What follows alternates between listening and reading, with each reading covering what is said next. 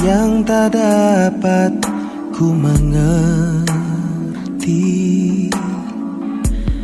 Mengapakah harus terjadi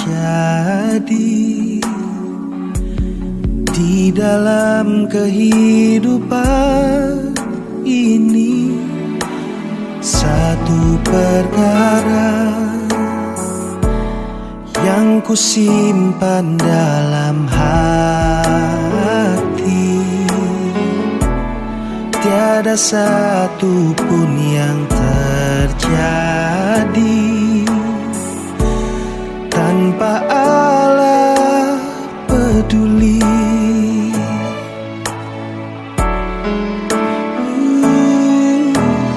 Allah mengerti, Allah peduli segala persoalan yang kita hadapi.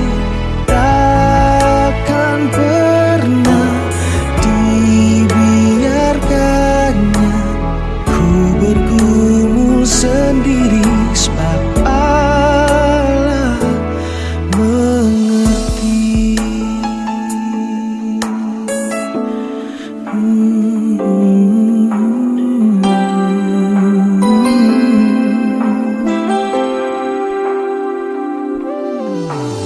Banyak perkara yang tak dapat ku mengerti. Mengapakah harus terjadi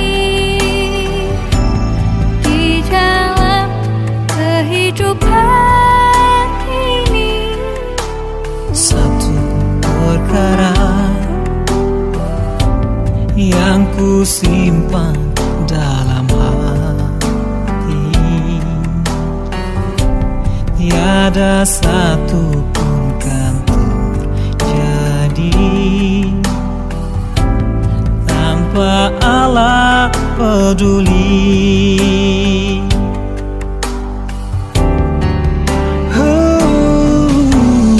Allah mengerti,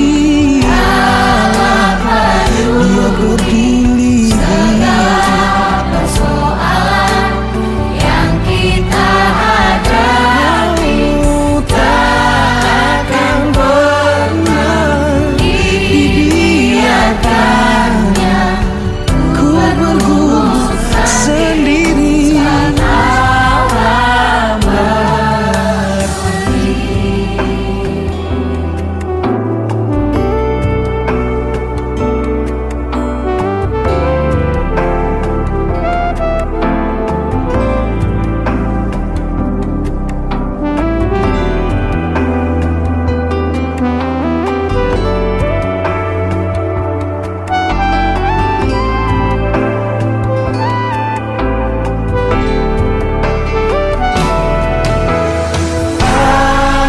mengerti, Allah peduli segala persoalan yang tiap kita hadapi. Takkan pernah dibiarkan ku sendiri, sebab Allah mengerti. Takkan pernah dibiarkan sendiri, sebab Allah mengerti. Dia tak biarkanmu sendiri, sebab Allah mengerti.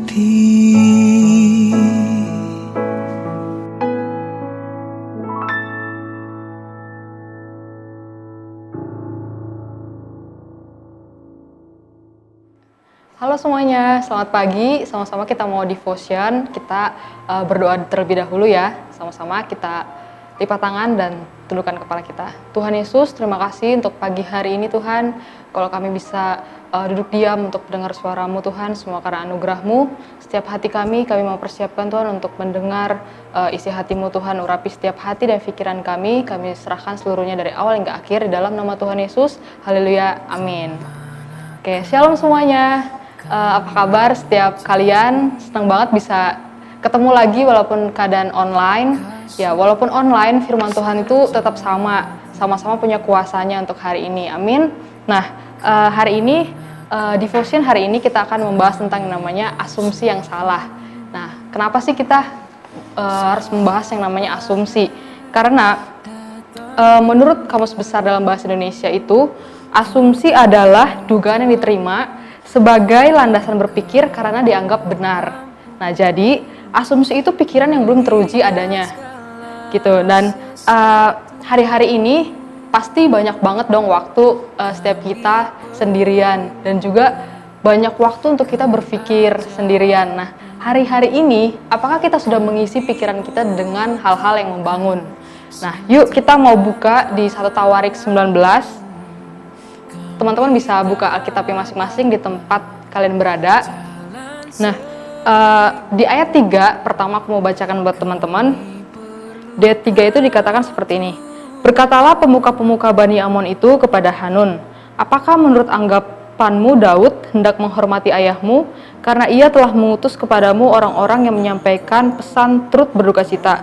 Bukankah dengan maksud untuk menyelidik atau mengintai dan menghancurkan negeri ini, maka pegawai-pegawainya datang kepadamu? Nah, teman-teman, di ayat 3 ini, kalau kita baca perikopnya, Daud itu berperang melawan Bani Amon dan orang Aram. Nah, ada peperangan di sini itu, teman-teman harus tahu bahwa peperangan ini ada karena sebuah asumsi yang salah loh. Jadi, asumsi itu tuh adalah sesuatu hal yang sangat berbahaya. Makanya kenapa kita harus tahu jelas nih menghindari yang namanya asumsi yang salah, gitu ya.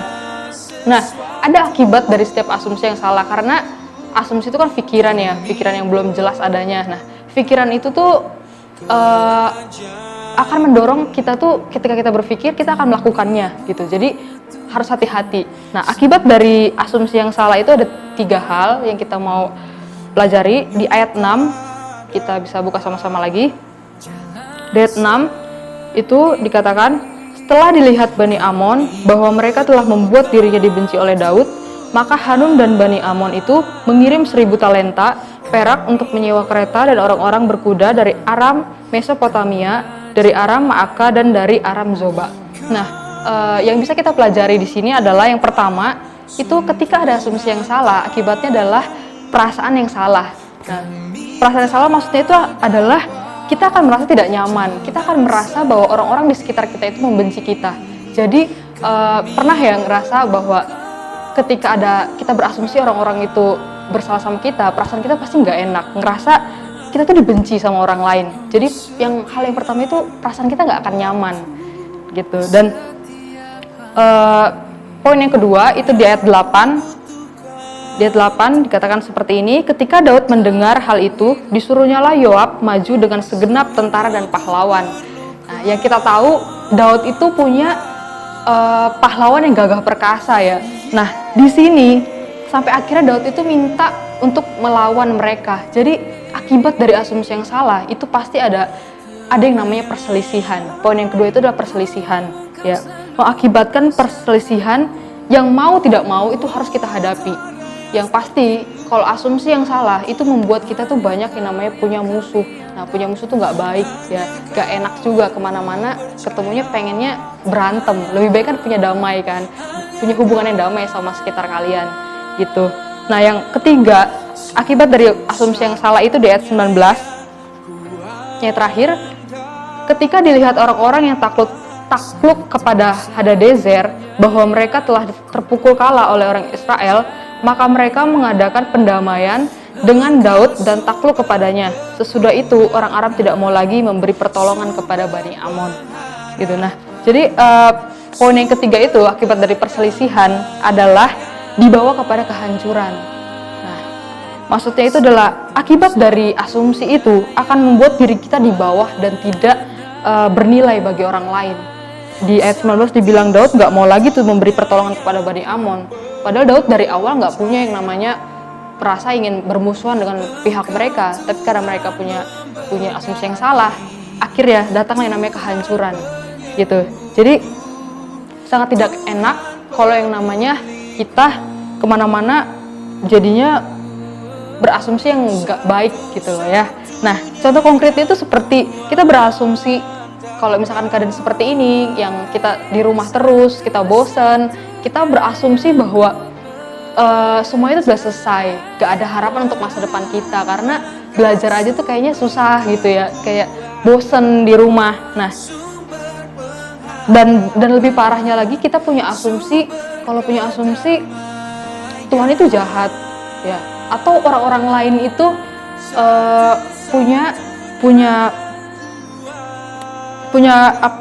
nggak suka sama kita. Kita berpikir bahwa orang-orang itu jahat di sekitar kita. Nah, kita mau sama-sama belajar hari ini bahwa pikiran kita, mari kita sama-sama minta Tuhan Yesus yang mengubah setiap pikiran kita. Kita ujilah setiap informasi yang kita terima sesuai dengan kebenaran firman Tuhan yang ada. Amin. Dan tanyalah Roh Kudus dan jaga setiap hati kita supaya setiap harinya pikiran kita dipimpin sama Tuhan Yesus. Amin. Yuk sama-sama kita mau berdoa, kita mau tutup devotion hari ini. Bapa, kami bersyukur Tuhan kalau firman Tuhan hari ini menegur setiap kami, kalau kami harus menjaga betul-betul pikiran kami Tuhan, karena di situ akan ada terpancar kehidupan Tuhan. Terlebihnya Tuhan Yesus yang memperbaharui pikiran kami Tuhan, supaya pikiran kami diisi dengan kebenaran firman-Mu Tuhan, sehingga hidup kami lebih berkualitas, hidup kami, hari-hari kami semakin memberkati orang-orang di sekitar kami. Tuhan, pimpin setiap kami, Roh Kudus pimpin setiap kami Tuhan, bantu setiap kami, tolong setiap kami Tuhan. Kami manusia yang lemah Tuhan, kami perlu Engkau untuk memimpin setiap hidup kami. Terima kasih Tuhan, biar hari-hari ini Tuhan kami mau isi pikiran kami dengan hal-hal yang membangun. Kami serahkan seluruhnya kehidupan kami di tangan-Mu, di dalam nama Tuhan Yesus yang siap untuk berubah, diperbaharui pikirannya. Katakan haleluya, amin. God bless you.